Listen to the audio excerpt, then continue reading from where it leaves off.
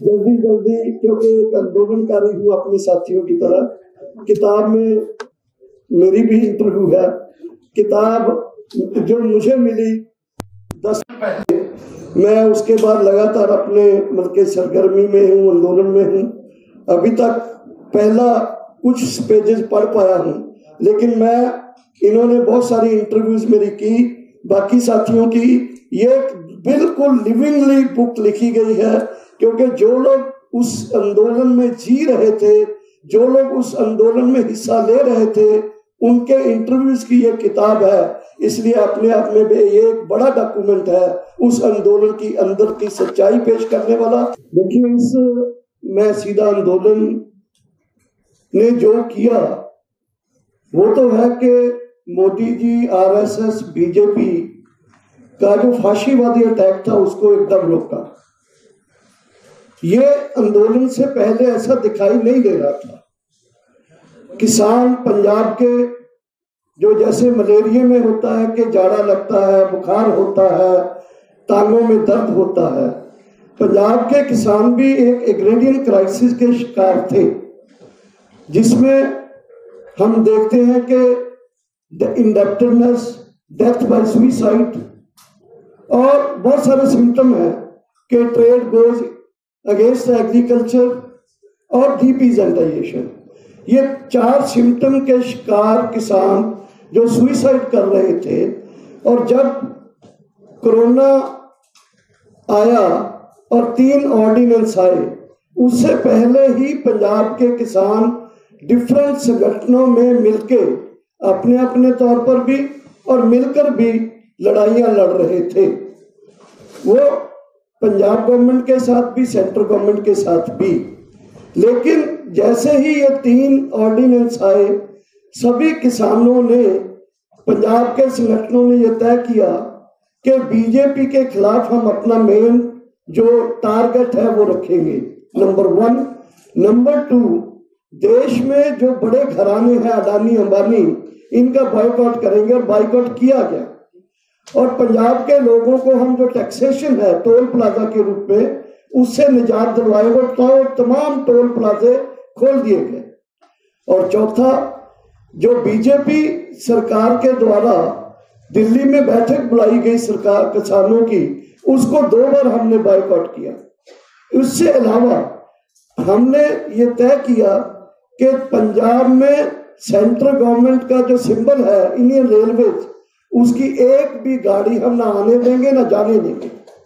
ये पूरा आंदोलन 25 सितंबर को अपनी पूरी जवानी में चला गया था, जब पूरे पंजाब में एक चिड़ी भी नहीं फड़की और पूरा बंद रहा पंजाब।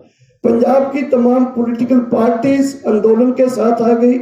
और इस आंदोलन का एक चीज जो मुझे लगता है कि जो आरफा ने थोड़ा रखने की कोशिश की, कि अगर ये आंदोलन पंजाब से और पंजाब में सिखों की इन्वॉल्वमेंट नहीं होती तो ये आंदोलन नहीं होता था। लेकिन इसमें माली किसानों की शमूलियत, पंजाब के तमाम किसानों की यूनिटी, संगठनों की यूनिटी, हमारे जो संस्थाएं, शख्सियतें, राजनीतिक दल, वो पहले पंजाब में, और पंजाब के किसानों का स्पष्ट निशाना, जैसे मैं बता रहा हूँ, कारपोरेट और बीजेपी के खिलाफ कोई भी बीजेपी का एमएलए, एमपी या लीडर पंजाब में घुसने नहीं दिया, जो बाद में रिपीट हुआ हरियाणा में। तो ये मैं इसलिए बता रहा हूं कि आज भी परिस्थितियां जो 2020 नवंबर में संयुक्त किसान मोर्चा बनने के बाद जो थोड़ी बनी थी, लेकिन मोदी जी ने बहुत शरारत की। उनको पता था 3 पॉसिबिलिटी थी आंदोलन की। नंबर 1 कि या तो यहाँ से किसानों को खदेड़ा जाए, वो पॉसिबल। पहले उन्होंने कोशिश की कि रास्ते में पानी की बौछारें, टीयर गैस, खंदके करके रोकने की कोशिश की, किसान नहीं रुके। फिर था कि उनको अगर यहाँ से उखाड़ना है, भगाना है, तो उसके लिए जरूरत थी टैंकों की या हवाई जहाजों से बम्बार्डमेंट की। वो कर नहीं सकते थे। अगर ये करेंगे तो पूरे देश में अल्लाह हो जाएगा। दूसरा था कि वो 3 कानून वापस ना ले, ये संभव नहीं था। इसलिए कि आंदोलन अगर कंसोलिडेट होता, पूरे देश में बढ़ता, तो फिर यूपी का इलेक्शन और 2024 का जो इलेक्शन, जो उससे पहले के इलेक्शन है, उसको मोदी जी को डर लगता था, बीजेपी को डर लगता था कि उसके वो एडवर्सली इफेक्ट करेगा इलेक्शंस को। तो ये जो सिचुएशन बना है, मैं लंबा नहीं करूंगा, आज हमारे सामने फिर वही चैलेंजेस हैं। मैं ये बात स्पष्ट रखना चाहता हूं कि 2024 का मिशन हमें तमाम देश के किसानों, मजदूरों, युवाओं, विद्यार्थियों को सामने रख के रखना चाहिए, क्योंकि अगर 2024 से पहले हम कोई आंदोलन रीबिल्ड नहीं करते या किसान आंदोलन को फिर दोबारा बाकी सेक्शन को साथ लेके एक देश में बड़ा आंदोलन नहीं होता। इस आंदोलन ने बताया कि आंदोलन के जरिए फाशीवाद के हमले को रोका जा सकता है, और इस आंदोलन ने यह भी, जैसे इसके डिफरेंट लेसन्स हमने देखे कि इसने डिफरेंट कम्युनिटीज के लोगों को यूनाइटेड किया, जात पात को कम किया, मुसलमान हिंदुओं में जो बखेड़ा शुरू हुआ था उसको रोका, उधर गुजरों और मीणों की एकता बनाई। इसी तरह इस आंदोलन का जो फर्स्ट टाइम कारपोरेट के खिलाफ जो अटैक था वो सामने आया। इन तमाम लेसन्स को मानते हुए आज भी ये सोचने की जरूरत है कि हम संयुक्त किसान मोर्चा की तरफ से ऑलरेडी ये सोच रहे हैं, ऑलरेडी हमने अपने डिमांड चार्टर को आगे बढ़ाया है। कर्जा मुक्ति और पूरा दाम का नारा लेते हुए एमएसपी और कर्जे की मुक्ति और साथ दूसरे इश्यूज को लेते हुए संयुक्त किसान मोर्चे ने कॉल दी है 3 अक्टूबर को लखीमपुर खीरी के हमारे शहीदों की बरसी आ रही है।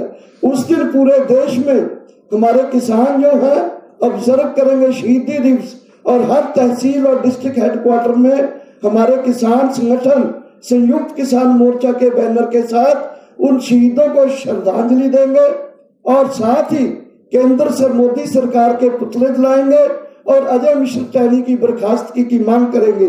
उसके बाद 26 नवंबर को जब हमारे 2020 के बाद दूसरी सालगिरह आएगी आंदोलन की, उस दिन फैसला किया है एसकेएम ने कि उस दिन पूरे देश में गवर्नर हाउसेस की तरफ मार्च किया जाए, और गवर्नर को जो नया डिमांड चार्टर है वो पूरे देश से केंद्र सरकार को भेजा जाए। और मुझे लगता है कि 26 नवंबर के जो इस आंदोलन का सेकंड पड़ाव शुरू हो रहा है, उसमें बड़े बड़े बहुत हजारों की गैदरिंग पूरे देश में होगी, हर कैपिटल में होगी। और ये इसलिए भी जरूरी है कि हमारा निशाना जो होना चाहिए कि देश में जैसे अभी राजनीतिक पॉलिटिकल पार्टियां, रीजनल जो है पार्टीज, रीजनल और अपोजिशन पार्टीज, वो भी कोशिश कर रहे हैं कि मिलके एक आने वाले समय में जो बीजेपी आरएसएस का हमला है उसको कैसे रोका जाए। लेकिन मैं ये बात यहाँ से स्पष्ट रखना चाहता हूँ, ऐलान भी करता हूँ ये कि साथियों, फाशीवाद को तभी रोका जा सकता है, तभी हराया जा सकता है अगर इस देश के हर मोहल्ले में, हर बाजार में, हर खेत में, हर खलियान में अगर किसान, मजदूर और मेहनत का श्लोक अपने घरों से बाहर आएंगे। और वो इस तभी आएंगे जब हम लोग अपने संगठनों की एकता बना के यूनिवर्सिटियों में, कॉलेजेस में, फैक्ट्रियों में, गांव में, खेतों में, खलिहानों में एकजुट होके आएंगे और अपने इश्यूज के ऊपर आएंगे। हम एमएसपी के लिए आएंगे और कर्जा मुक्ति के लिए आएंगे। विद्यार्थी लोग नई विद्या जो एजुकेशन पॉलिसी है उसके लिए आएंगे। मजदूर आएंगे 4 कोड का विरोध करने के लिए, और फिर उनकी यूनिटी बननी चाहिए आपस में, और देश का जनता का एक जो ड्राफ्ट चार्टर है वो बनना चाहिए आने वाले दिनों में। और आने वाले दिनों में हमारे आंदोलन से यही सीख मैं सोचता हूं कि लेनी चाहिए कि अगर हम किसान आंदोलन की यूनिटी और किसान आंदोलन के स्पष्ट निशानों को और हमारे दुश्मनों को ठीक अंकित कर लेते हैं और देश में कॉल देते हैं कि आओ इन दुश्मनों के खिलाफ लड़ाई लड़े, कौन स्पष्ट हमारे दुश्मन है, कौन हमारे दोस्त हैं, इसको लेकर एक शांतमयी लंबा आंदोलन, एकजुट आंदोलन जनता का आंदोलन करें, उसी से इस फांसीवादी रथ को रोका जा सकता है। और रोकना जरूरी है। इस हॉल में बैठे हुए लोग ज्यादातर इस पक्ष में है कि जो खतरा मंडरा रहा है हमारे ऊपर दिल्ली तख्त के द्वारा, ये हमारे आने वाली पीढ़ियों के लिए बहुत बड़ा खतरा है।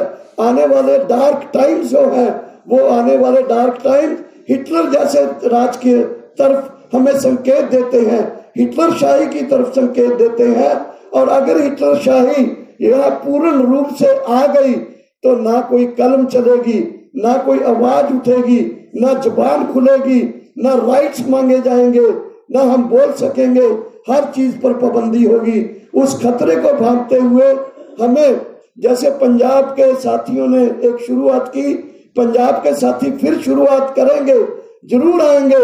हरियाणा में पूरे देश में संयुक्त किसान मोर्चे का नेटवर्क बन चुका है, बना हुआ है, मुद्दे स्पष्ट हो गए हैं। बाकी सेक्शंस को भी मेरी अपील है, जो अलग अलग सेक्शन से आते हैं, कि वो अपने अपने आवाज उठाएं, अपनी कलम चलाएं, अपने संगठन को साथ आए, संगठन को बढ़ाएं, मुद्दों को साफ करें।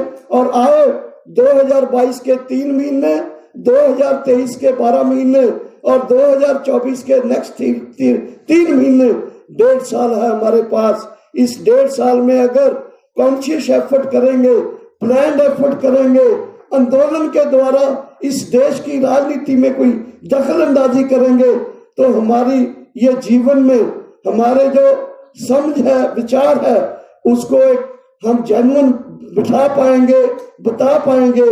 अदरवाइज आने वाले हमारे बच्चे, हमारी पीढ़ियां हमको गालियां देगी, हमसे सवाल पूछे जाएंगे कि आप तब क्या कर रहे थे जब तुम्हारे सामने इतना बड़ा एक चैलेंज रखा जा रहा था। जल्दी जल्दी, क्योंकि एक आंदोलनकारी हूँ अपने साथियों की तरह, किताब में मेरी भी इंटरव्यू है। किताब जो मुझे मिली 10 पहले, मैं उसके बाद लगातार अपने मतलब सरगर्मी में हूँ, आंदोलन में हूँ। अभी तक पहला कुछ पेजेस पढ़ पाया हूँ, लेकिन इन्होंने बहुत सारी इंटरव्यूज मेरी की, बाकी साथियों की। ये बिल्कुल लिविंगली बुक लिखी गई है, क्योंकि जो लोग उस आंदोलन में जी रहे थे, जो लोग उस आंदोलन में हिस्सा ले रहे थे, उनके इंटरव्यूज की ये किताब है। इसलिए अपने आप में भी ये एक बड़ा डॉक्यूमेंट है, उस आंदोलन की अंदर की सच्चाई पेश करने वाला।